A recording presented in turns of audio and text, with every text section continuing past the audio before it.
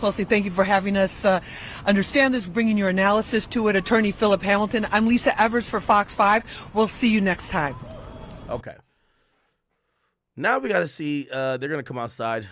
You guys know the process already. Miami home, and that's the home on Tuesday. Oh, okay. So it look like, yeah. She's out. Give me a second. Here we go. So it's lunchtime.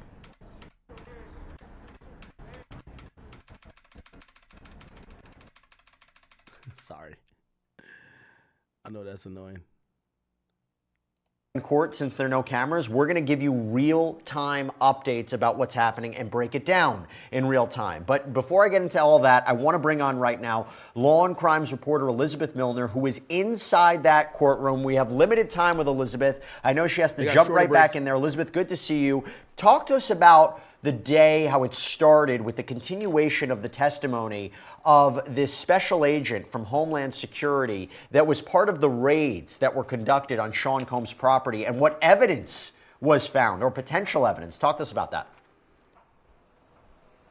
Yeah, this testimony is something I myself have been very interested in. And this is no offense to all the witnesses that have been testifying, but I really just wanted to see the physical evidence and see especially what was found in those raids. And so Homeland Security Investigation Special Agent Jared Gammon, he took the stand actually yesterday afternoon, and he at first kind of started going over some of the exhibits, especially what was found in the Miami home, and that's the home on Two-Star Island, excuse me. So they didn't talk about the LA homes or anything like that as far as what was found in that particular home. Really was just focusing on the Miami estate, essentially, because it's a huge property. And so we found out yesterday that 80 to 90 officers were involved in this search, and a lot of the stuff from today was a little just kind of continuation about everything that was found. So we saw a lot of exhibit photos, and I took, Jesse, a lot of notes, because at this point it was just so many exhibits back to back to back to back that you just were so overwhelmed by everything that was found, essentially. And so we learned yesterday that there were AR-15s inside the Miami property with the scratched off serial numbers. We saw that there were platform high heels that were 7 inches tall inside this Miami home. There were sex items inside this home found in the primary bedroom closet. There were then we got a close up of the red high heels and the sex toys, and then these high heels were actually displayed in front of the jury. So Special Agent Gannon, he just took up the heels, kind of showed them to the jury, then put them back into the evidence box, and then kind of had it with the rest of the evidence. And so they said more than a dozen high heels were actually seized from this property. Then we saw some shoes, we saw some boots in the primary closet, and these were special boots. They were Balenciaga boots that I myself cannot necessarily afford. But inside these boots were 3 cell phones. Diddy didn't have much reaction during this testimony, but it was interesting that these cell phones were found in these Balenciaga boots that were inside the closet. And so we also saw a black Gucci bag that was also found inside the closet, and inside that Gucci bag was pills, a powder substance. There was also eye drops in the bag. And so, you know, that Dr. Seuss kind of story, red fish, blue fish, all that stuff, that was essentially kind of the same thing with pills. And I'm not making light of the situation. There were pink pills, there were white pills, there were yellow pills, there were black pills, there were blue pills, there was a crystallized substance. So inside that Gucci bag, some of the residue found inside actually tested positive for cocaine and ketamine. And then they saw a black straw that was also found in this Gucci bag. It also tested positive for cocaine and ketamine. We saw the Lumify eye drop label, the Lumify eye drop label bottle. So initially, I was thinking these were just regular eye drops, but turns out that these eye drops actually tested positive and contained MDMA as well as ketamine. Then we saw a plastic container top. It had kind of the label on it, DBL wash, and that tested positive for cocaine. It was a lot of stuff, Jesse, that we were seeing inside these exhibit photos. A lot of these were pills, tested positive for MDMA. 3 orange pills with a triangular shape that were referred to or had a Tesla label on them. Those tested positive for MDMA. We saw 6 rectangular tablets. Those tested positive for alprazolam, aka Xanax. We saw more Xanax pills in there. We saw a $100 bill that was rolled up that tested positive for cocaine and ketamine. We saw a blue tablet that tested positive for meth and MDMA. Another blue pill that had the same test results. We saw more Xanax pills. Then we get into the master bathroom and we see more exhibit photos. So we see an exhibit photo of the master bathroom and a close-up of this wooden box. And this wooden box had the kind of inscription on top labeled Puffy. And so we got to see what was inside that box. More clear pills, a crystallized substance in that box, and then these capsules that were called golden teachers. And I was like, what are golden teachers? And they are actually mushroom capsules. And so those were displayed to the jury.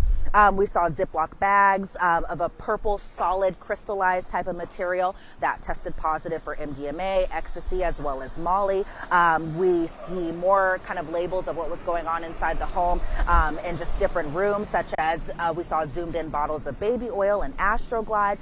The special agent said that he had seized 25 bottles of baby oil and 31 bottles of Astroglide from the home, but he said that there was actually more baby oil and more Astroglide that was found. We saw the master closet, which had this vital honey. They didn't go too much into the explanation of what this vital honey actually is. We saw. Oh yeah, she ain't about that life, chat. She don't know what honey packs are. The layout of the guest house, and then we see a handgun as well too that was in one of the utility closets in a suitcase. It was a 45 caliber handgun. They displayed the handgun in court today, and they also seized the magazine ammunition for this 45 caliber handgun. They displayed this magazine to the jury again, as well as the handgun, and then we saw the box of ammo as well too. So Jesse, it was a lot of stuff, and I'm really just not even scratching the surface of just every single exhibit photo that we saw, but it was just a lot of, it was either a lot of drugs, a few kind of guns, because we had the AR-15s again with the scratched off serial number, something that we had known about for a while now, but it was a lot of stuff, but a very interesting testimony, but not seeing too much really reaction from Diddy when all of this evidence was being displayed in court today. Remember, there aren't drug charges nor gun charges in this trial right now. Now, obviously, if it's just going to be drug charges like that, they would just leave it to the state. But, you know, obviously, the state of Florida didn't file charges, obviously, because they see the feds are doing some shit. But I wonder if any charges will ever come because of that. Because it might not seem on its face how it's relevant to the case. I think it's relevant to the racketeering charge. Remember, one of the possession with intent to distribute is one of the underlying predicate crimes, of racketeering. So having these materials, or allegedly having these materials and the guns, go to this idea of, a criminal enterprise. And I'll talk more about it. And I understand on cross-examination, the defense focused on the fact that Combs wasn't there during the raids. There was no evidence that he was holding or using the guns. They criticized the level of force. Talked about fingerprints that could have been obtained from the weapons. I want to talk actually about Dr. Dawn Hughes before I let you go. Dr. Dawn Hughes, right, this forensic psychologist, testified in the Johnny Depp Amber Heard trial. We knew she was going to take the stand in support of understanding Cassandra Ventura Fine's actions during this 11-year relationship, not leaving during this relationship, to help her credibility. What did we learn from Dr. Dawn Hughes' testimony so far today? Yeah, we kind of learned a lot, especially for people who may not be familiar with her work or who speak to forensic psychologists necessarily every single day. And so we learned a little bit just from her perspective on just kind of the role she would be providing as far as testimony goes. And so she was going to be touching on points such as why do individuals stay in domestic violence relationships? Why is there this delayed disclosure, and even just kind of recalling memories from traumatic events. And so, when they were kind of establishing the foundation before her testimony, the prosecution just kind of came out forthright and just said that essentially that she was being compensated for her testimony today, $6,000 just to testify, which is a lot of money. I'm not going to lie about that. But as far as just more of just what she was talking about, she was talking just about physical abuse, and when victims are hit, that their reaction normally is fear, and so they sometimes have that pattern of they sometimes have a hard time breaking that pattern. Then she got into physical abuse and how physical abuse, I said physical again, I meant psychological abuse. That psychological abuse is all about threatening physical violence, and that for the most part, victims are kind of walking on eggshells, and these symptoms kind of include depression, PTSD, anxiety. Then she got into sexual abuse and how that is a private harm, and just some of the highest types of traumatic stress go into that, and that a lot of victims actually experience shame when it comes to sexual abuse. Cringetown on Kick says, man, Cassie's so damn fine. How could you let niggas piss on her? She touched base on him. Yo, I have like a theory. First of all, I have two theories. I think Diddy went through some, I'm not excusing him, but I do think he went through some severe childhood traumatic sexual trauma. I think he has a really interesting relationship with sex or sexuality. Also, his respect for someone he loves, I don't think is normal, like how men, like, you know, we're usually protectors and providers, but even in the sexual situations or like when it comes to sexuality, we're territorial, and, you know, he's territorial too, but also I think he loves the idea of power more than the person. So I think he has some sexual trauma that is probably from his childhood. I don't know if we'll get into that because he's basically saying I'm kinky. I didn't do this shit though, right? So we're not going to get into that. But I do think we might call him sick, and some of the shit we're hearing is sick. But I do think it stems from some shit in his childhood. Maybe he was touch fondled, somebody fucked him. Who knows? I do also think that you know, this idea that he was suppressing these homoerotic urges, it's becoming louder and louder. Like, this guy clearly was interested in men. It's very clear. Now, if you want to call him bisexual, you can, but he's either bi or homosexual. There's definitely no hetero to Diddy, okay? And it's very clear, like, you know, maybe it was the pressure of the music business. You know, we see with these guys when they get to be that age, obviously they spend half their lives like lying, right? When people like Mr. C, supposedly he went through a lot when he got outed. These days, like, if someone's gay and they're younger, like, they just come out and it's just like, all right, whatever. But these guys spent an entire lifetime, especially if they were popping in the 90s, building up an image, concealing shit, doing shit under the darkness or the cover of, you know, whatever they had to do to make sure people didn't find out. And then when homosexuality became way more acceptable in hip hop, it, number one, I think for legacy wise, they still didn't want to come out. Like, so they still continued living how they used to. But it's very clear a lot of niggas in the 90s was gay as shit. Okay? That's what it is. Emotional abuse as well too, and she had said when we battled. Now, if you ask me, I think all of them were gay. I think Diddy was gay, Mr. C was gay, and Diddy, Biggie, and Mr. C all gay. If you ask me, remember, Mr. C was Biggie's DJ. Bruh, gay niggas flock together, bro. Come on, man. All right. Diddy, Mr. C was gay. He likes transgenders. God rest his soul. Biggie had the most sussest bars in history. Like, if there's no liquor you could drink that you think of these gay-ass bars. And then Diddy seemed to have a homoerotic fetish with watching men have sex, not necessarily with a woman, but he liked watching men ejaculate. And then he pleasured himself with their semen. That's fucking gay. Fucking gay. So I think all three of them was gay. I'm starting to think all them niggas that bad boy was gay. We got to go on a case-by-case basis. It might be a thing where they got to prove they're not gay. But them three niggas was gay. And by the way, here's the thing too. Yeah, I'm speculating here to a certain extent. Is Biggie less of a greater artist if he's gay? No, I think we live in a different age. We just don't give a fuck. Right? We don't care. But I think some of these guys, you know, especially like, obviously I know some people are going to be like, well, Biggie died, we shouldn't talk about it, blah, blah. His legacy, he goes down as a straight man in his legacy, right? And I think that's what a lot of these guys, you know, they feel like their legacy will be tarnished if they ever came out, and they probably lived their lives. Obviously, Biggie died at a young age, but they lived their lives in the limelight as being straight men. But most of these guys, they just like penis, man. When we belittle and Right. demean and put down our partner, that kind of is falls into emotional abuse. If you can't talk about what's happening, how can you necessarily get help? She talked about financial kind of constraints as far as why victims may not leave because of financial reasons. I read the chat. What you mean I only rant? Yep. And then she had Yep. said that you need tangible reasons Yeah, somebody in the kick chat, they just want attention. Hey, does this guy read the chat?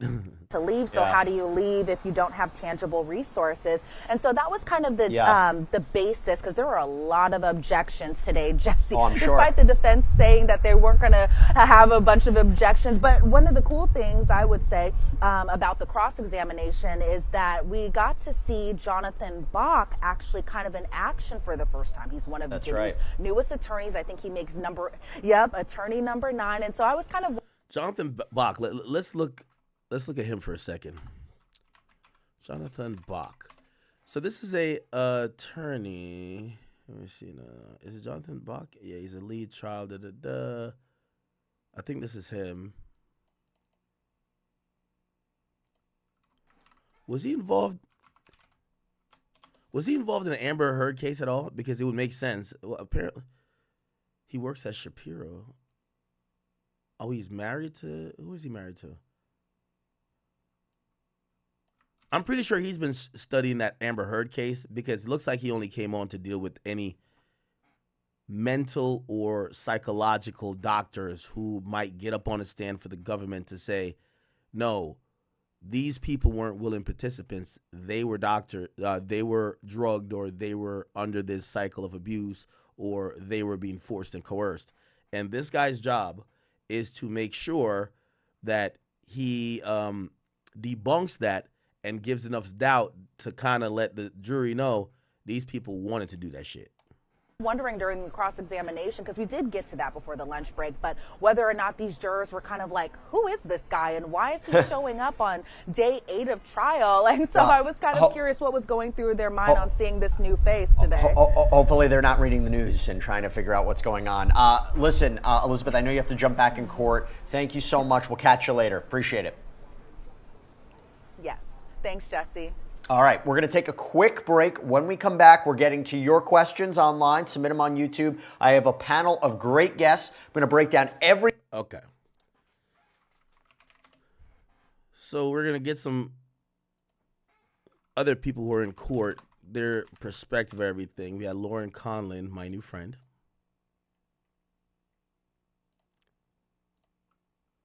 She hasn't updated yet. Maybe Logic has done it. Yeah, they just walked out of court like just now.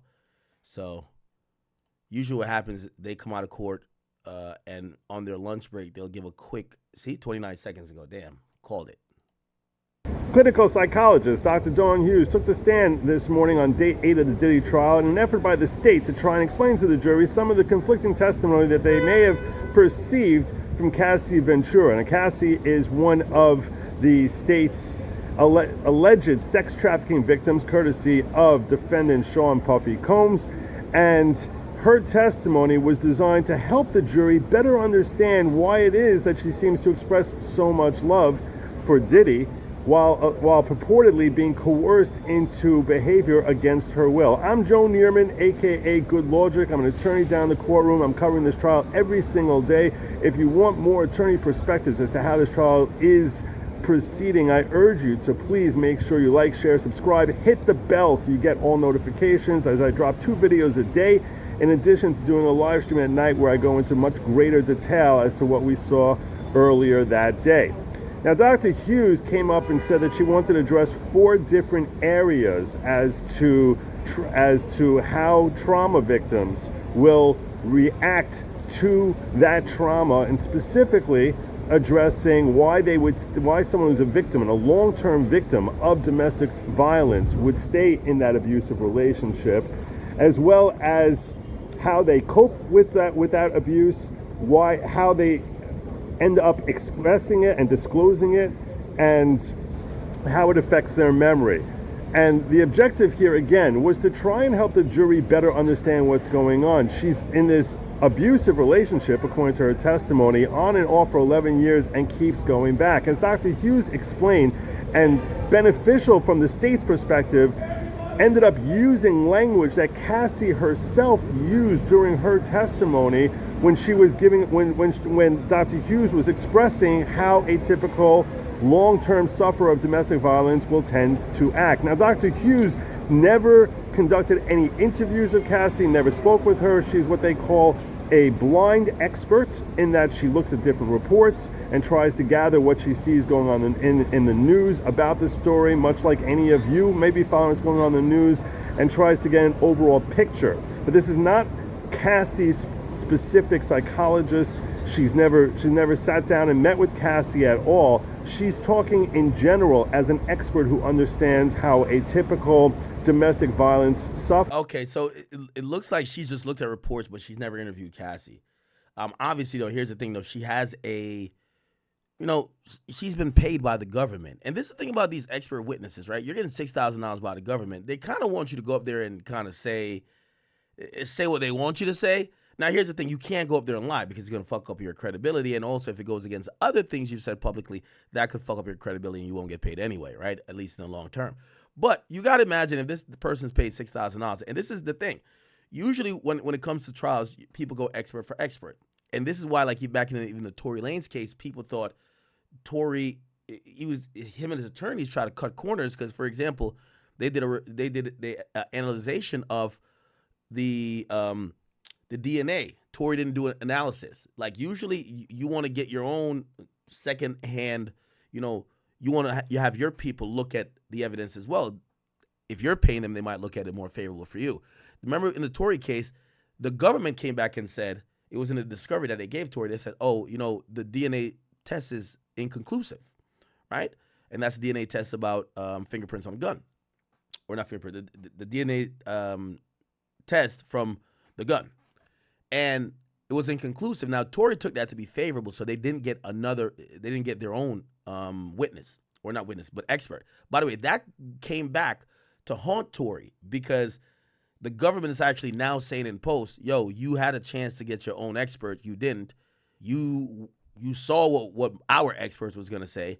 And then when it didn't go your way, now you want to get your expert who says something more favorable in your sense, saying it wasn't found, right?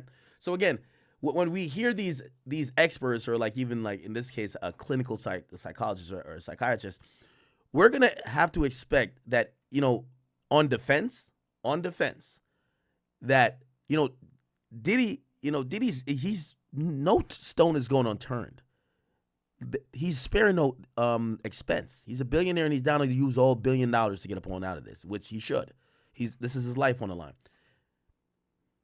He's gonna make sure everything is done, which means he's gonna have a counter for this doctor. He's gonna have to have his own doctor that probably speaks to depression, substance abuse, couples in substance abuse, and who are together, toxic relationships, and also maybe even trying to flip it on its head by saying Diddy was himself in some type of relationship that was maybe not abused by Cassie, but one that was cyclical and he had no control of either. So we're probably going to see that for the defense. By the way, I seen some people did say, no cross on, because the defense has tried to, they're playing chess with the government. The only person they had, every time I see the chat, I'm like, am I muted? Y'all got me paranoid now. The only time they didn't cross analyze, or actually cross interview a witness on the stand was Cassie's mom. So they didn't cross examine. I'm sorry, got the word right now. They didn't cross examine Cassie's mom, and that's the only person. Some people felt like, why didn't you do that? Well, I think other people have kind of answered that question. You don't want to attack the mother of the supposed victim, right? The mother of the supposed victim probably don't have much to either say or add other than what her daughter told her, and you want to keep it focused on what the daughter said. Now, granted, they could have did the cross on the mom and kind of try to flush out this whole 20,000 thing, but they chose to not. And that's going to be an interesting decision, but I don't think it's going to be a big decision, right? The parents didn't bring too much to the table other than they introduced exhibits that apparently the parent took pictures of her being bruised up, and those bruises were supposedly from the hands of Diddy. Let me keep playing. Would react to that. By the way, Sam Glover, thinking about 5 Canadian. He says, Myron won't shut up about black women and people like it's their fault his people are living in shanty towns and why he fled his failed homeland. Wait, how did you just bring up Myron? What's going on? Is it what happened? By the way, Brown Skin Dragon. That's the Brown Skin Dragon. Yeah, I say your name right. What's up, girl? See you in the chat. She's from the UK. She came to the UK show I did. Shout out to her. Why are you talking about Myron? What happened with Myron? Okay, cool. Let me keep playing a little bit of that. By the way, you guys hit the like button if you're watching on YouTube.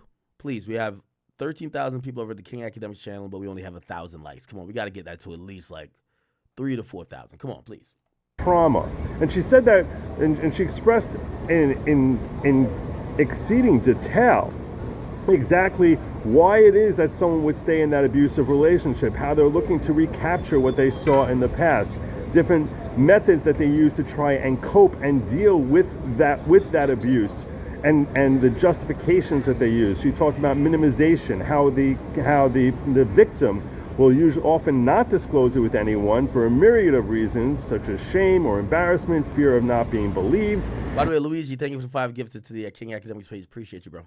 And she talked about that how the abuser tends to act in these relationships, and a lot of it seemed very consistent with testimony that we heard from Cassie. She talked about using financial power in order to try and keep that person feel physically under your control. He talked about how they may threaten and engage in emotional abuse, try and make the person feel lesser than, try and make them strip them of their independence by making them feel that they need this other person, both financially and also to try and reclaim the respect and admiration that they got during the honeymoon phase of the relationship. And that there's a continual effort to try and get... 315 Cheeto says, do I think Busta Rhymes is gay? I don't think Busta gay. Somebody says Cash Money gay? I mean, I don't know, man. I just remember that one clip. I think we all know that one clip. Y'all ever seen this? You ever seen this clip? That one clip with Birdman when he say, "Yo, when they're like, yo, we need some bitches on the stage." They trying to do shake that ass. What's the name of the song? Back that ass up. They say, "Nah, we need some bitches on the stage." Yo, where the girls at? Yo, come over here. So all the Cash Money niggas is like, "Yo, Juvenile BG." They're like, "Yo, bring her." Yo, this thing of Birdman looked around and said, "Yo, where my niggas at? Bring some niggas up here." I'm like, yo, that was wild. Y'all remember that? Birdman, more niggas to the stage. Y'all know what I'm talking about. If y'all know what I'm talking about, y'all know what I'm talking about, bro. There's that one clip. He said, I need some niggas. I need on stage. It was on stage. Y'all remember that? Y'all remember that shit? Hold on. I'm going to show you the clip. It's like back in the day. If y'all know what the clip is, tell me and I'll search it up. Y'all remember that?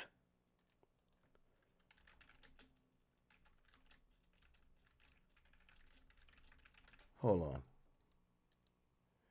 It was a twerk contest. Yeah, here we go.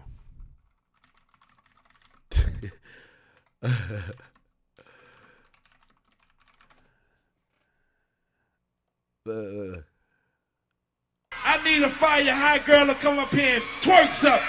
Here, look, I'm gonna show you what type of nigga I am, right? Yo, once he said I'm gonna show you what type of nigga I am.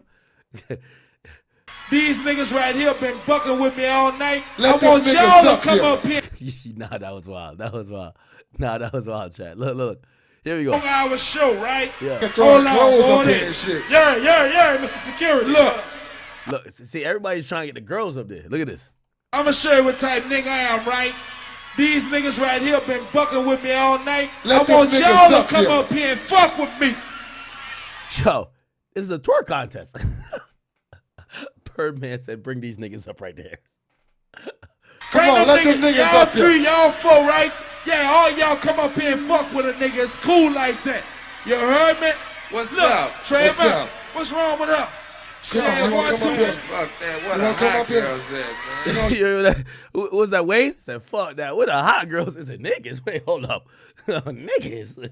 Niggas. Niggas. Where the hot girls at, man? Shake it. Look. Come on, get out right here. Ducky, get out right there. It's cool. I can take 2 of y'all. Get out right there. You and you. Come on, yeah. The whole time Juvenile, I need that bitch. Yo, the whole time Birdman said, I need brought right there. Come on, y'all bullshit. Black, get them up here. They been bucking with a nigga all night. I fuck with niggas too. Oh, no. Nigga said, I fuck with niggas too. Get out right there. You and you. Come on, yeah. Come on. Y'all bullshit. Black, get them up here. They been bucking with a nigga all night. She look good. I fuck with niggas too. What's up? Don't fuck with me.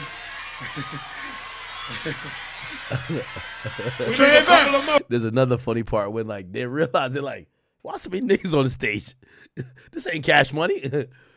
All right, I'm gonna pay you $20 to beat this bitch up right there. We need a I need dude right there. Like this was crazy. Him right there. I need somebody. Nah, these were the thoughts. Back to the hotel. Don't fuck with me. I'll make the whole crowd whoop your ass. Who won't make some money? Which one of these women won't make some money? Yeah, that's cool. That's it. I need one more. Him too. Yeah, him I want y'all to beat this hoe up for him me. too.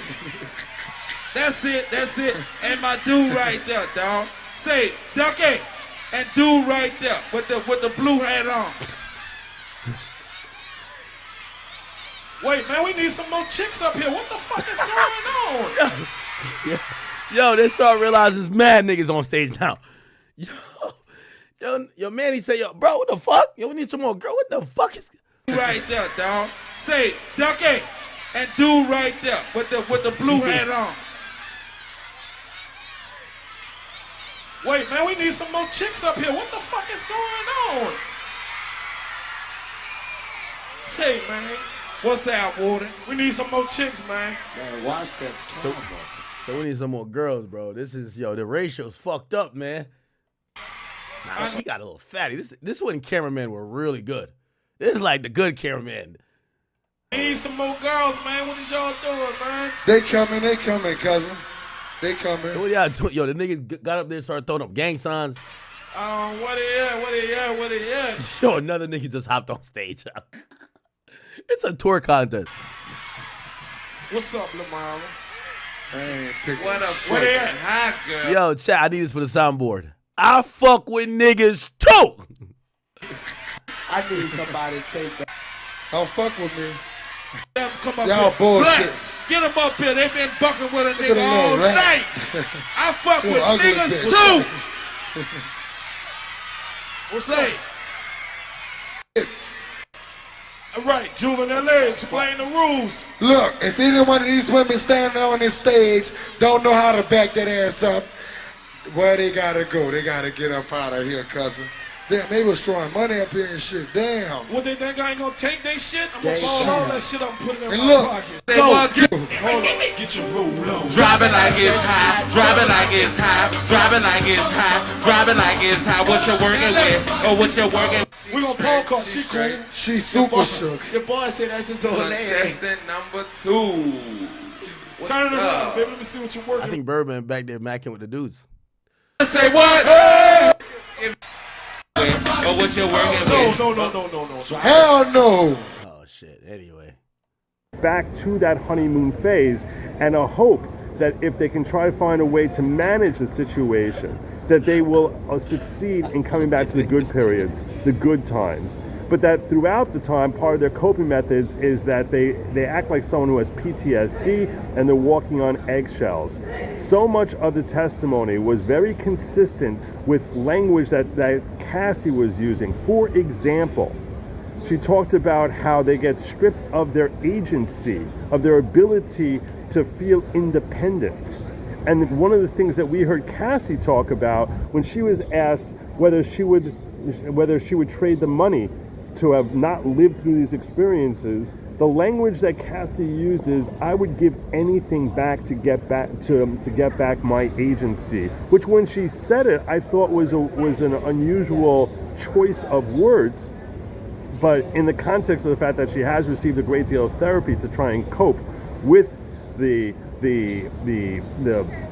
impact of her purportedly extended abuse at the hands of Diddy, you can understand why that's a language that would come back to her, that she's been trying to reclaim her agency. Dr. Hughes went on to explain how they will frequently go back to the abuse, and that the effort in going back is that they feel that it's not working, that if they try to get away, that they never can get away, that it's an impossible situation to get free of. And that is consistent with Cassie's language, that she said, how do you get out of a situation like this? How do you do that?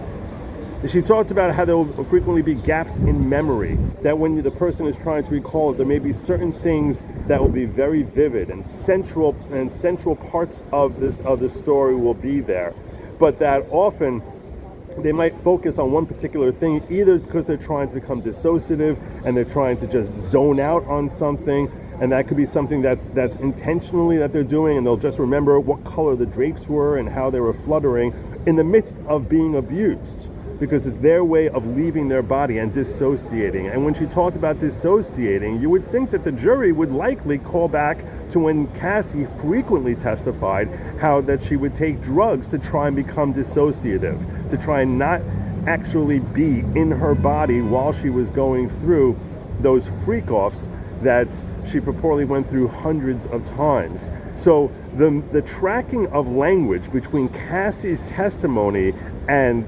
the typical domestic violence victim, that tracking of language seemed to run throughout the testimony, and it didn't seem that she actually even watched the trial. It seemed as if that everything that Cassie had been saying seems almost textbook from what Dr. Hughes has experienced. She's a 30-year board-certified clinical psychologist, and you'd have to think that she made significant strides in the state's effort to try and help the jury better understand why it is that she still seems to be expressing love. As Dr. Hughes explained, she said years after they leave, they frequently will still have a sense of love, and she talked about a trauma bond being that through the course of going through that trauma and their efforts to cope with it and to try and recover that honeymoon phase will make them feel in certain ways a stronger sense of love than other people in a healthier relationship.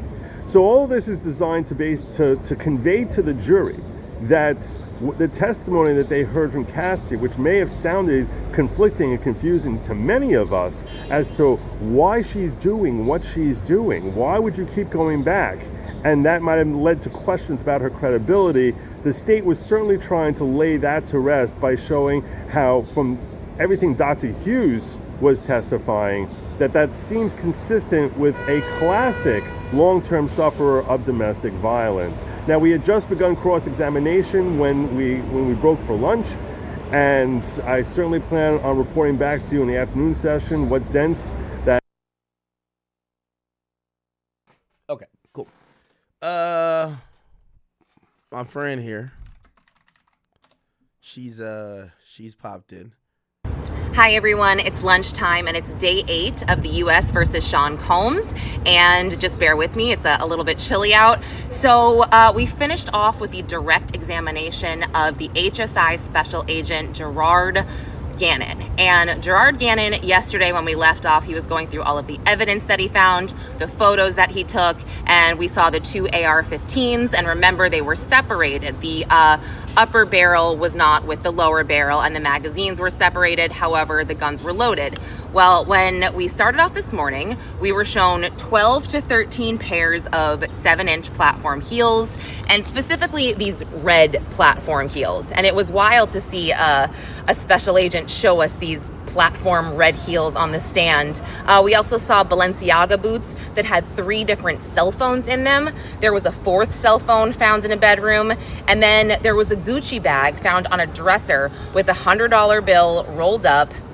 Lots of different pills, powder, rocks, eye drops, and these pills, they were pink, yellow, orange, white, and they were later tested, and they were found to be coke, ketamine, and actually the eye drops, there was MDMA residue on these eye drops. There were also 3 orange tablets with a Tesla symbol on them. That was kind of odd. And then there was Xanax. And then we got to the bathroom, and in the bathroom there was this wooden box that had the word Puffy inscribed in the top on this gold plaque. And in that box... By the way, am I muted? No. Oh my God. I can't even see my mute button. Let me move this. Oh, by the way, chat, she appreciates, she says you guys been showing her some love, so she is sending, she's saying hey to the chat, man. She fucks with y'all, okay?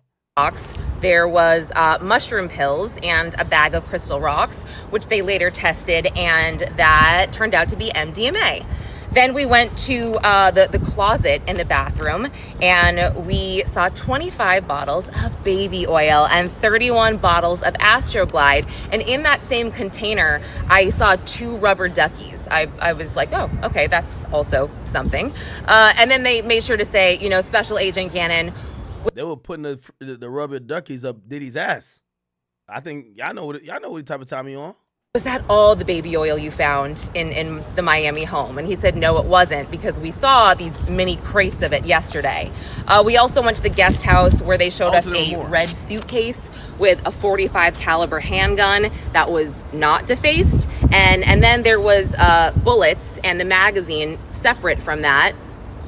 They said the box of bullets, there was, the box originally came with 50 bullets, and there was only 41 bullets found in that box. And very stupid thing. A lot of times those type of, even that brand of ammo, you could, when I go to the range, and even though, by the way, usually you don't use hollow point bullets for range ammo, that's usually for self-defense ammo. However, people, you know, Diddy's a billionaire. Maybe he wants to practice with more expensive bullets. Who cares?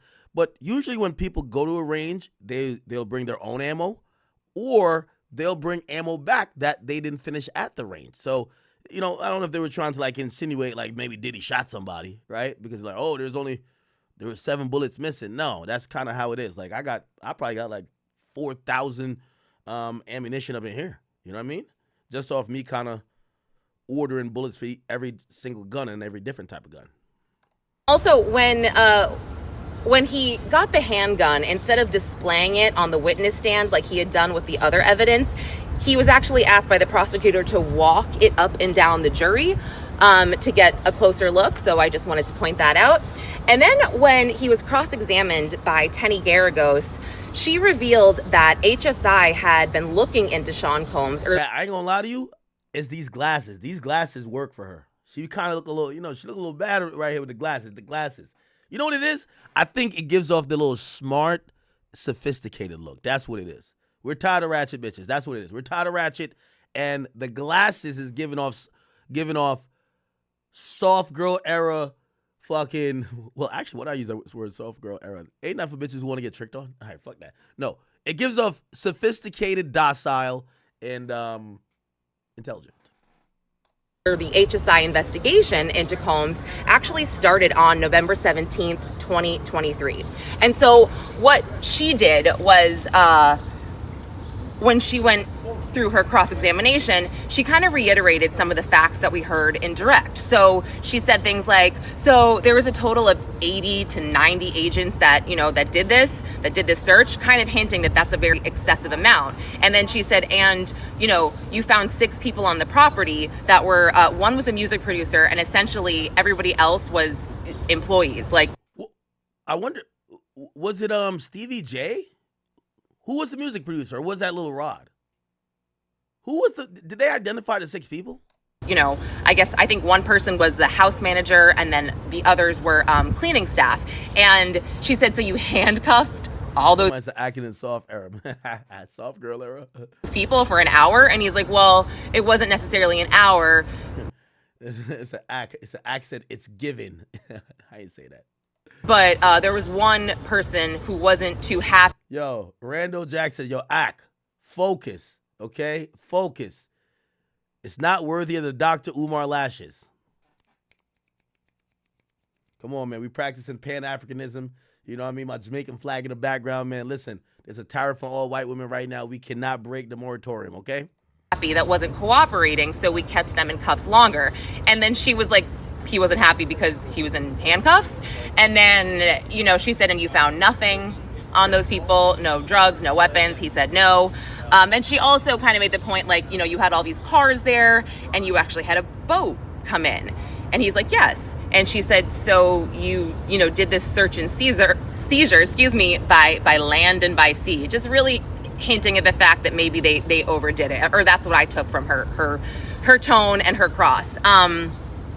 She also talked about the AR-15s, made it very clear that when the jury was shown these AR-15s, they were in one piece, and that at the Miami home, they were not in one piece. They were separated, and they were actually found in separate places. You know, the top of the closet, the bottom, or so we think, because she elicited testimony from him saying that they didn't take a lot of before pictures of the evidence, mainly after pictures. And she also, you know, kind of stressed that, like you said, like this is your job to take photos, and you should take these photos as close to the location of where you found this evidence as possible. And he said, yeah. And then, you know, she pointed to this photo we saw of all these shoes and I don't remember. Oh, it was the lower barrels of the AR-15s. Yes. And they were kind of scattered on the floor. And she kind of was like, you know, well, we don't know where these were found exactly because we don't have photos. And, you know, she pointed to another photo of Diddy's bedroom where the pillows were kind of messed up on a couch. And she said, so there's no before here. And then she showed us a photo of the gates, the opening gates to the house that were kind of pushed through by the CERT team. And you know, the special agent testified that that's how they had to get through to the house. They had to push through these gates, and one of the gates was very severely damaged. So, you know, she's like, so you didn't take a picture of the gate before, just after. She was just really kind of, you know, hammering him. And then I think the last thing she said was something along the lines of, you know, so a lot of people in Florida, like you're from Florida, to the special agent, a lot of people in Florida, they carry guns in their home. And he's like, yeah. And she's like, do you have a gun? Objection. And it was overruled. And so he's like, yes, I have a gun. And that's how she ended it. And then we heard from Dr. Dawn Hughes. Now, Dr. Dawn Hughes is a clinical and forensic psychologist that specializes in trauma therapy. Don't quote me on this. I didn't have a chance to Google it before I did this video. I feel like she testified in a pretty big trial. Maybe it was Depp v. Heard. Was it Harvey Weinstein? I don't remember off the top of my head. I should look that up. But I feel like it's one of those. Maybe not, though. So, you know, they went through her resume, very qualified, 30 years of experience. She does clinical and forensic psychology, and she also treats patients one-on-one. So this was, I felt like it was a little awkward because there were so many objections and so many sidebars during her testimony. Oh, Jay, you left a nice comment for me? Did you mention me? Real nigga. And I think that this had been a point of contention in pre-trial hearings because, you know, she didn't treat Cassie Ventura or, you know, Jane Doe. And this is just, you know, I'm thinking out loud here because there was just so many objections and sidebars. So anyway, there were 4 topics that she discussed, and it was why victims stay, how they cope, patterns of disclosure, and memory. And then they asked her if she was being paid to be there, and she said, yes, I'm being paid $6,000 per day. They wanted to get ahead of that, it seems. And then she went in to describe why victims don't leave, power, and y'all are haters, man. Yo, who's hate watching right now? It's okay. We love you too. Look, I looked at her video from yesterday. I looked in the comments section. Watch this. Look at the hate. Look at the hate. Look at the hate. Look at the hate. Look at the hate. Oh, the first thing a nigga said is, wait. Okay. All right, baby. All right, nah. Some real niggas is in the building. Act. All right, cool. Then, wait. Fuck. Someone was just like, wait, it's on my phone. They was like, do not get involved with academics. You will regret it. I was like, what the fuck? That's kind of hate. Where's it at? Oh, y'all going crazy in here. No. Somebody just, I'm like, that's some hating ass shit.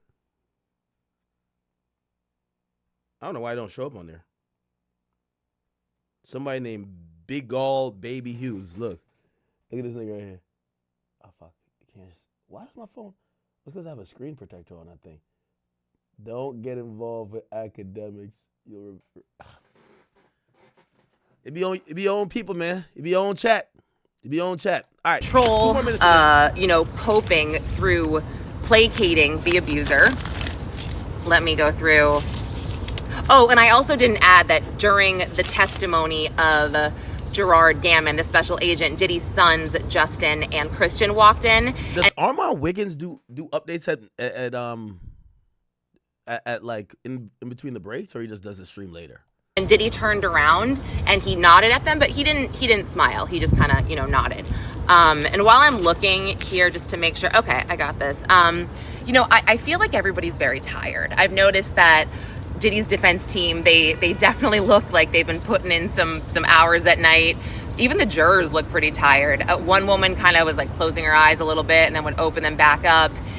I don't think people are tired, chat. I think people are. Wait, I gotta stop blocking this mute button. I don't think they're tired. I think this is boring. Like, we want the shit. We want the exciting info. And I think partly why I think some of the jurors wanted to even be there, that's what they want. Unfortunately, in a trial, it's not all about salacious shit and, let's describe this part of the freak off, or did he like to do this? No. This is the part where you got to have to start talking to some of the experts. You might need a weapon experts to break this down. Hey, why would someone have a weapon with a defaced serial number? What does that mean? What does this other thing mean? Might need somebody who deals with or whatever with illicit street drugs. What are the effects of having this drug and this drug mixed together? They're going to have to put these people on the stand to give the jury a really good picture of how Cassie, that's going to be boring as shit, right? Because we're not going to hear any new details. It's going to be almost like education for the court and the people in the court, especially the jurors who are going to have to make the decisions. So we're going to sit through some boring parts of, okay, so when you start taking a pill that has this amount of whatever, and then you mix ketamine with it, what's usually the reaction? What about an overdose? What about this? Does it put you to sleep? Does it make you euphoric? Does it increase your sexual desires? Does it make you black out? Yeah, these are all things that are probably, no, not even probably, you definitely need an answer for, because the idea of just saying, just drugs, that doesn't really necessarily paint the whole picture or crystallize it, that if you think that maybe Diddy gave these drugs to maybe put these people in a vulnerable position, that he could supposedly have some type of power or control over them. So we'll see. So it is going to get a little bit boring at times. Obviously, Jane Doe is going to be a very spirited testimony. Whoever that is, we'll probably figure it out. By the way, I wonder how that's going to happen. There's so much press in court. If she's going by Jane Doe, or is she going to testify behind a glass? Like, I just don't know. I feel like people are going to be watching who comes in and out of court. She'll probably not come out from the main entrance, but I'm pretty sure they're going to try to figure out who the hell Jane Doe is. It won't be on the record, but, so the record of the transcript, that person's name will never be said in that trial, whether by defense attorneys or AUSAs. But if that person's sitting there, somebody's going to notice, be like, ain't that 50's baby moms? I'm not saying it's her or whoever it is. So that's to come. Also, Kid Cudi's testimony.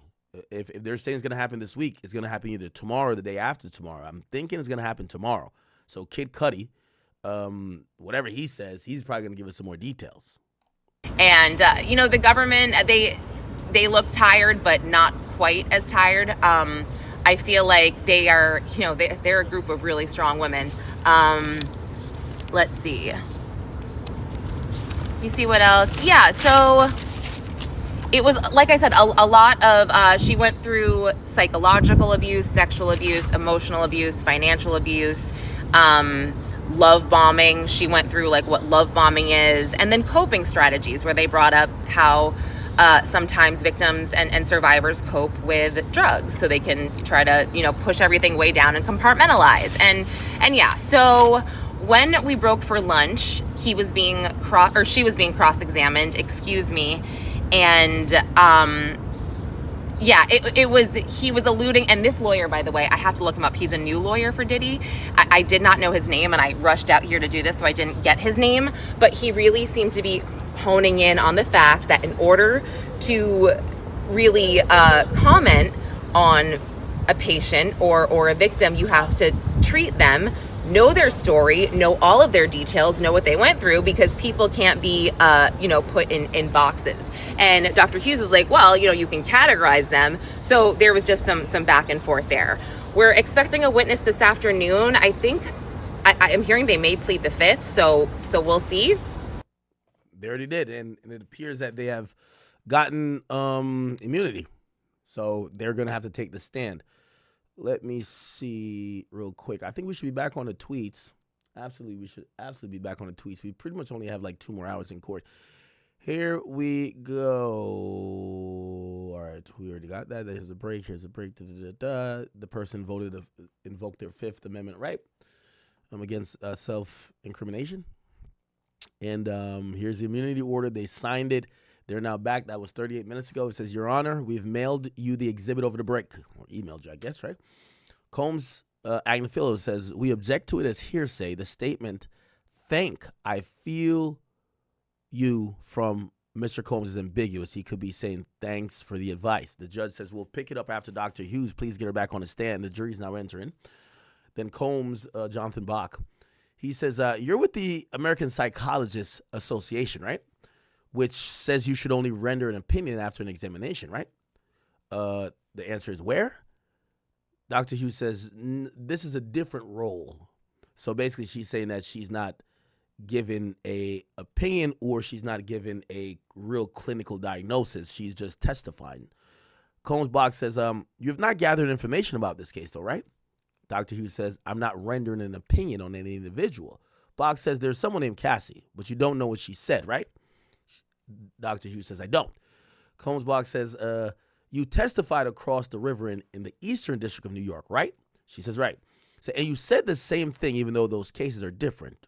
Ooh, that's a good one. Shorty's probably just going in there to get her $6,000 and probably just say the same thing because these are going to be sex trafficking cases and the government wants you to say the same thing. So they're kind of saying, yo, listen, you never talk to the person. You're claiming you don't really look over the cases and you're saying the same thing in 2 different things. Okay.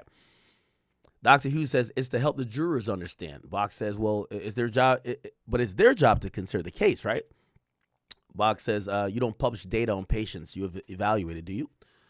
She says, no, it's confidential. Bach says, so I can't cross-check your experience, the basis of what you're saying, right? Sorry. Bach says, well, people might go to a civil lawyer to make a little money, right? AUSA says his objection, so let's move on. And say, in civil litigation, you might look for malingering, right?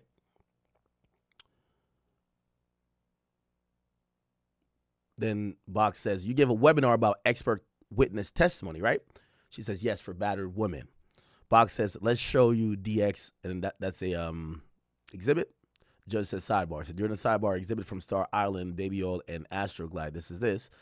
The judge says, jurors, we're going to send you to the jury room for a bit. All rise. So the jurors leave. So now they're going to deal with some shit. Says, yesterday, Ms. Shapiro submitted an exhibit, ex parte. Now reviewing the document, what should I focus on? Okay, so basically, Shapiro submitted a exhibit that they wanted to use, but they wanted to confer with the AUSAs first. And look like they've conferred. Now they want the judge to make a ruling on it. AUSA says it shouldn't show this witness. It shouldn't show this witness has a bias. Interesting.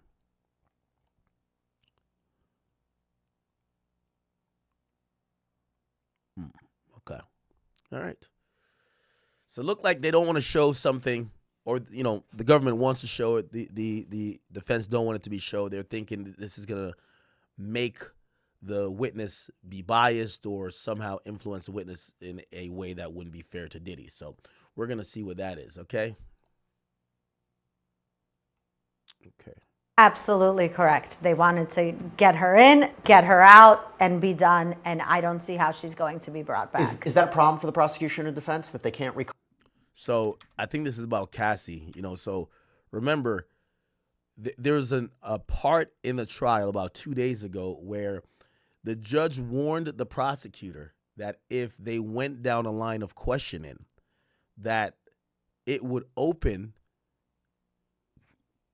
the defense with the ability to recall Cassie as a witness, that they could provide an adequate response and defense to this. Cassie is going to be giving birth shortly, in a few weeks, supposedly, and they can't. So the judge told that to the prosecutor, and the prosecutor agreed, and Cassie will not be called back. So they avoided that line of questioning that could introduce or bring in a recalling of Cassandra Ventura. This is from Tia215. Aisha, are they bringing Cassie back to the stand, Jesse? No. No, her testimony's done. She's 8.5 months pregnant. They wanted to make sure she finished her entire testimony week 1. The judge was adamant about that. That is absolutely correct. They wanted to get her in, get her out, and be done, and I don't see how she's going to be brought back. Is that a problem for the prosecution or defense that they can't recall her? I think that they've sufficiently established what they needed to establish with her, and there really is not a reason to recall her unless some witness later on brings something up that she potentially can then rebut that has not yet come in. And they would need to address that then, but I don't see how they get her back. We have a question regarding the forensic testimony. So as I mentioned, Dr. Dawn Hughes, the psychologist, took the stand earlier. I believe she's still going to be cross-examined when they come back. By the way, when they come back, we're going to give you real-time updates about what's happening in court, and we will break down the testimony in real time. But as I mentioned, she testified in the Johnny Depp and that Cassie was actually saying about being in love, being in a wonderful relationship, wanting to do the freak offs, etc., that they take away that voluntary element. So okay. All right. They're dealing with this issue of will this exhibit be given in or allowed to be shown? The jurors are outside the courtroom. They're actually in the jury room right now, and look like they're going to be probably arguing this out for maybe a few minutes. I would imagine that I think they already took 1 or 2 breaks already, including lunch. They might have one more break, but then they should continue all the way till 3. So supposedly the court is being shut down at 3, at least this week. So I think this week they're going to do 3. I think they're going to go back to 4 or maybe 5 next week. And it's supposedly the aim of this is to not have the jurors burn out. Okay. Real quick, and then I guess slightly a sidebar. Finally, and I don't know how long it took it took for us to get this, but Meek Mill. We finally got Meek Mill, who is now giving a definitive answer about a few things, right? Now, remember when he was accused of supposedly fucking Diddy or Diddy fucking him, he would answer every other question but Diddy fuck Diddy, right? And by the way, he still didn't answer that even now. But for him, maybe he's like, yo, what the fuck? That's not a real question, right? Now, he did address him being mentioned, and he wasn't mentioned by name, but he was mentioned by, this description. It was in Lil Rod's lawsuit. It said the person in question is a popular rapper who used to date Nicki Minaj. Well, the only person that we know is Meek Mill, and they also said the person was from Philly. There's only one popular rapper from Philly that dated Nicki Minaj. It would be Meek. And it basically said Meek was on some gay shit, right? Meek finally has now answered, it seems, okay? So here we go. Where's the answer? Unless I think he may have deleted that. Let me just go to Instagram then. So he says, in the midst of the Diddy on federal trial, I want to bring back up Lil Rod and his lawsuit that was dropped. His lawsuit was not dropped. That's actually very incorrect. His lawsuit has not been dropped, Meek. This is something about Meek. It just always spells stupidity, right? His lawsuit, some of the allegations were not allowed to go forward. For example, there's an allegation of civil RICO. The judge said, you can't bring that into this. What you have claimed as a civil racketeering enterprise, it doesn't match for what we need on a federal civil basis. So they rejected that, and I think they rejected another not charge, but allegation. But the lawsuit still exists. He says he never said my name, but these blogs amplified the whole agenda against me. That's the thing with Meek, yo. Like, reading is, for a nigga that love to type and you got to read what he got to say and he could barely spell, how the fuck don't he like to read whatever he's speaking about? You know, nobody just drew Meek Mill's name out of the hat. The guy alleged, again, we could pull up, I think I still have it, like, it's going to be Rodney Jones. Rodney.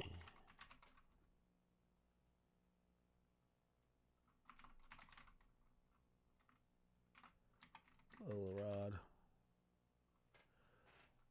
Yeah, I'll find it right now on the side. Like, it's in plain letters. Like, you know, one thing with people like Meek is they like being victims. And not only like being victims, it's one of those situations where you have to fact check them. You got to fact check them with the truth, because they'll spin back around, and years later they'll be like, "Oh, that never happened." You know what I mean? Like, no, it did. Let's see, where is this Rodney Jones lawsuit? Liza Gardner. Okay, these were the first early ones. I'm gonna find it in a second. If it takes more than a minute, we'll move on. Rodney Jones. Again, and by the way, you know, I want to put it out there. I don't got no issues with Meek. You know, I told y'all Hip Hop Police has inquired, and, you know, people who are associated with him reached out, and I was just like, listen, we could just ignore each other to ignore each other. You get what I'm saying? Could I find let me find the lawsuit for y'all. I know it's here somewhere.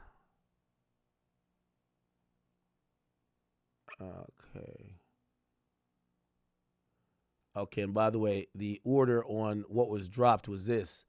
Just to, you know, we want to stay factual here. The plaintiff, so this is the Rodney Jones versus Sean Combs.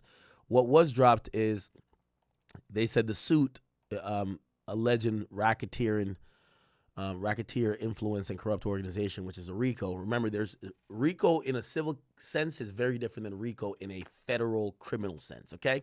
Well, federal RICO's civilly just different from federal RICO's criminally. So they kicked this out, and they said the Trafficking Victims Protection, it said based on this is before the court or motions filed to dismiss his business, and the judge then, let me see, the judge then sorry, yeah, I think they kick out emotional distress as well. Let me just go to the end. Conclusion.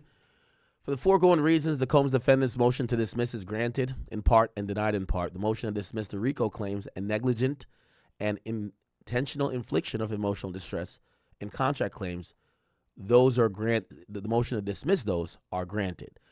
It's also granted as to Jones' TVPA claims against Combs Global, which means he could sue them, and the motion is otherwise denied. So the other the other things are still in play. They're still in play, okay? If I could find, let me see, can I find the original lawsuit? I just want to bring up the original lawsuit, chat. This might be it. This might be it. Yep, I think I got it. And I want to remind y'all, bloggers, because Meek really has his adversarial attitude with the blogs. He thinks they're out to get him. Like, we wake up, we're like, no, we got to get Meek Mill today. Like, today is all about, no. If this is the Rodney Jones versus Sean Combs, look, they sued everybody in their book. Look, right? By the way, she provided a affidavit. She got dropped. Justin still in the lawsuit. Lucian Grange, UMG violated the lawyer for putting Lucian Grange's name in there. Christina Coram is still in there, and they removed UMG, Lucian, Motown, and Love Records is still in it, and Combs Global Enterprise is still in it. So when you go down it, what you'll see is an allegation of, we could just, look, he is a rapper, is a footnote that identified it as Meek. He's a Philadelphia rapper who dated Nicki Minaj. That said it was Meek, right? pause on that picture. And it was here. Where's the fifth footnote? Fifth footnote. Remember, this is after they said Combs went as far as to share a video of Stevie J anally penetrating a white man. Like, what the fuck? Where's number 5? Hold on. Okay, give me 1 second. Okay. Mr. Combs informed Jones that he had engaged in sexual intercourse with rapper 5. Rapper 5 is this Philadelphia rapper who dated Nicki Minaj. So, again, Meek needs to respond to Lil Rod, or Lil Rod made this up. I don't think Lil Rod's reputation is the best right now. I think he kind of looked like he capped on a bunch of stuff. Did he tell the truth on certain stuff? I don't know. But it's not the blogs that made it up. And I have to continually point that out because Meek has a problem with the truth in reading, usually. So he basically says, he never said my name, but these blogs amplify the whole agenda against me. No. He basically says your name. You're a Philadelphia rapper who dated Nicki Minaj. He claimed you slept with Diddy. We didn't claim it. He did. It's still this is going to be in the federal courtroom for life. He claims, and by the way, here's the thing. If I was Meek, first of all, I would send him back to school, number one, because you just can't be this. Come on. Anyway, beyond that, what I would say to Meek is, not only should you respond, and you should have responded immediately and say, yo, come on, I'm not gay, I've never slept with Diddy, I've never done anything sexual in or around Diddy's environment, number one. Number two, isn't Rock Nation Meek's friends? Rock Nation defends the hell out of, what's her name? Meg Thee Stallion. Get with Alex Spiro or whoever else and have them try to see if there's legal recourse against Lil Rod from making this allegation that pretty much puts you in the crosshairs of having sex with Diddy. You need to sue Lil Rod. That's what you have to do. You have to try to find a way to sue him or get him to clear it up. He's the one who made the allegation. Okay? You see how Jay-Z handled this shit. Jay-Z wasn't playing about shit. So, again, you're too rich to just be on Twitter just saying incorrect stuff, I think. He says, he never said my name, but these blogs amplified the whole agenda against me. My culture, don't believe it, but it's an attack on my brand. I want to get to the bottom of it. No. In this type of case, we don't want to get to the bottom of nothing, okay? Nothing, okay? Getting to the bottom, no. He said, just to put on public record. And the craziest thing I've seen at a puff party is coke vibes. And that's going on at all these parties. I'm from North Philly. I've had millions since I was 23. I don't even want to be addicted to weed. Not judging, but I see it different. Then he continued by saying, and that loose cannon with that Akademiks interview, that was full bait. Also, he's a nobody, saying he just walked up and robbed me. I was running into Suge Knight and Big U when I came to LA. No camera phone vibes. I was showing niggas out there it's more to life with black success. I do believe that now, obviously if I'm clowning Meek, it's that story just sounds too good for me to really look to see if it's true. But I think we could fairly say that story is over embellished. Do I think something happened? I think something happened. But did he take the chains off Meek Mill's neck? When he told me, like, Loose Cannon said Meek took the chains off. He's like, oh shit, no, you got it, bro. You got it here. No, I don't think that happened. But do I think that was probably an extortion attempt? Maybe not to Meek Mill, but to MMG? Yes. Do I think that other conversations was happening? Yes. By the way, the reason why I would believe that is that Loose Cannon and Big U are arrested for extorting people. Do I think it happened in the fashion that Loose said? No. Yeah. Okay. Just had to, get that, corrected a little bit. Here we go.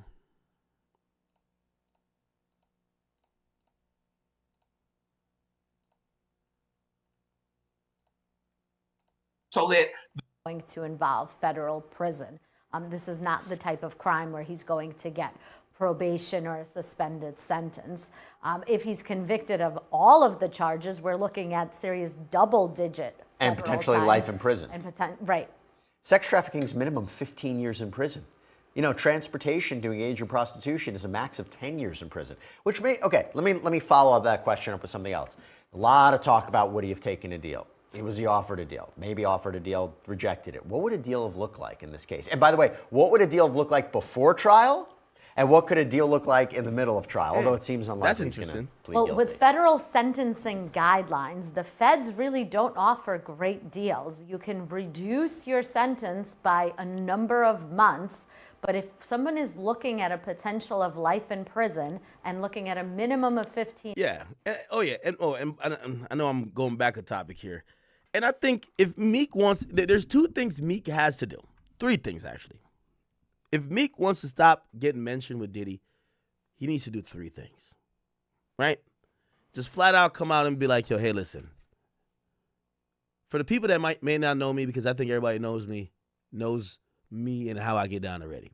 I am not homosexual, and I've never done anything homosexual.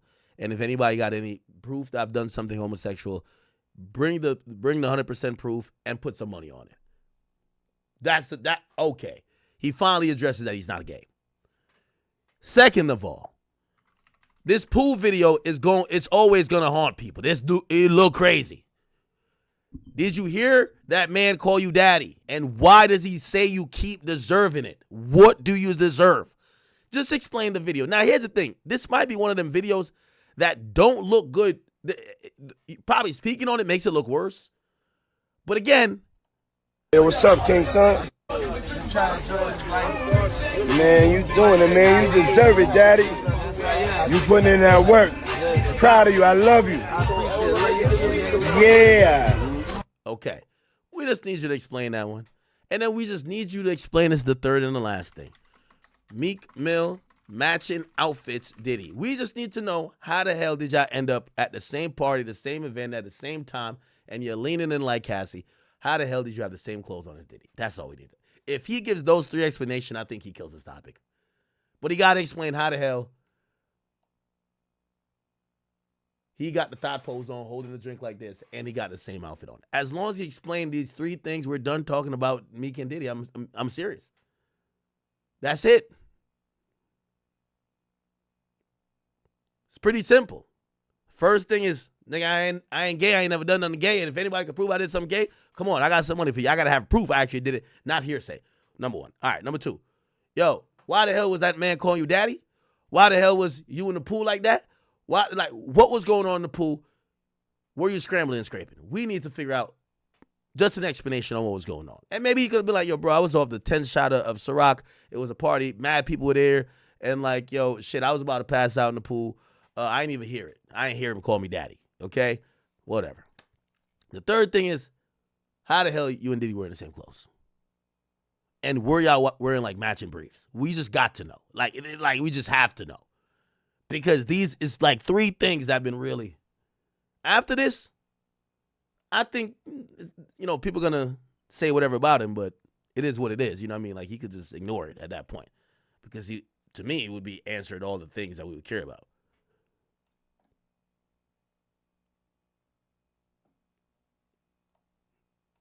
Years, they're not offering him something that's a matter of 1 or 2 or 3 years. I would expect if they did make an offer that the offer would have been something in the double digits in like terms of prison time. Yeah. Right. And oftentimes somebody without a significant criminal record who has not spent years in prison, that's a serious number. And so they're going to think that they could hire a great trial team and maybe beat the charges. I think that's one of the reasons he rushed towards trial, right? Any federal case would take a while. I mean, to have a trial happen within less than a year of arrest and indictment when there's superseding indictments and it's a racketeering case, if he had made bail, he would have pushed this trial out as far as possible. I'm still convinced of that. Okay. So they are back from court. I'm giving everybody updates about what's happening. The prosecutor says, Your Honor, we emailed you the exhibit. Okay, cool.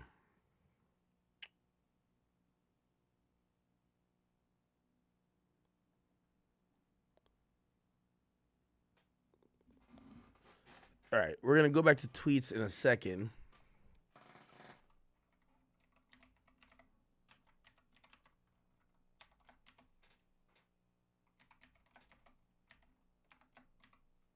Hold on. Somebody says, "What the fuck is this?" Sorry.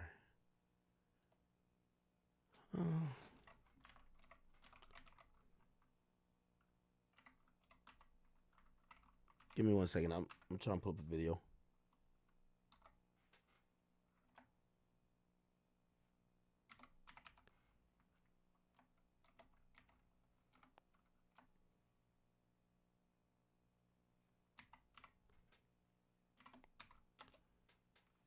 Yeah, there's no video. Somebody said Meek explained this before? The matching outfits?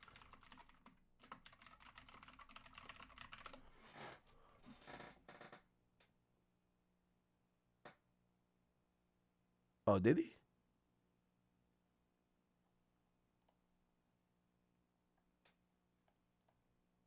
YouTube. Shit.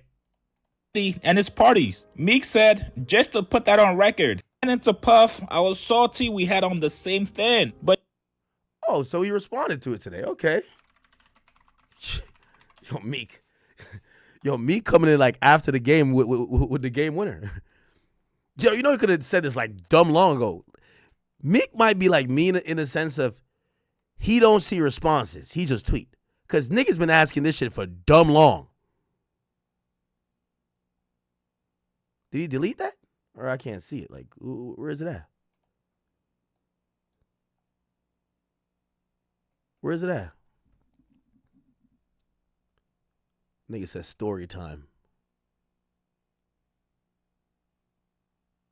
Okay. Anyway, it looked like he deleted those tweets. Sorry. But apparently YouTube. Apparently he said it here. It says story time. I guess somebody actually said story time. LOL Coachella. Stopped at Maxfield, LA. Grabbed a silk type Gucci set because people said it would be hot. Then jumped on a chopper. Yo, even in explaining that he ain't gay, this nigga's flexing. Yo, story time. Yo, I had to go get the silk type Gucci set because people said it was gonna be hot. I jumped on a chopper. Okay, fly private only. I landed. I ran to Puff. I was salty. We had on the same thing, but shit wasn't nothing to a king. We all got the whole store. Okay, all right. All right.